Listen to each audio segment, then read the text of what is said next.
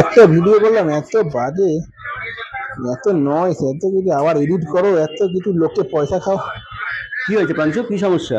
এই একটা ভিডিও করলাম, এত বাজে ভিডিও হচ্ছে, চারিদিকে নয়েস করে ভর্তি। আরে তুই চিন্তা করছিস না, তো স্যামসাং এর ফোন, আচ্ছা এআই আছে। তুই অ্যাড দেখছিস না যে এআই তে নয়েজ ফ্রি করে দেওয়া যায়? কি করে আর দেখা দেখি একটা। কি রে, তুই আমাকে আগে বলবি তো, একটা এডিট হওয়ার কি আছে? এই তো এই ভিডিওটা হচ্ছে তো, নয়েজ হচ্ছে দেখ চারিদিকে, ঠিক আছে?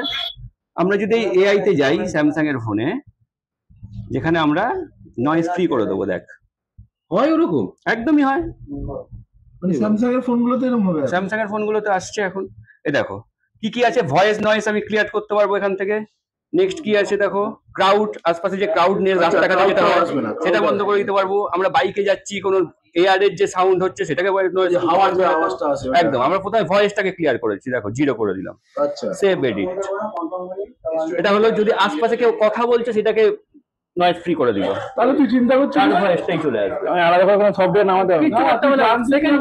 সেকেন্ডে কাজ। স্যামসাং এর যে কোনো ফোনে এআই এমন ভাবে ইন্ট্রোডিউস করা হয়েছে যেখানে আপনারা আপনাদের নয়েজ ফ্রি ভিডিও করতে পারবেন। তার জন্য কোনো এডিটের প্রয়োজন থাকছে না আলাদা করে, কোনো সফটওয়্যার রিলেটেড প্রশ্ন থাকছে না, কোনো এক্সপার্টের প্রয়োজন নেই। আপনারা নিজেরাই এক একজন এক্সপার্ট।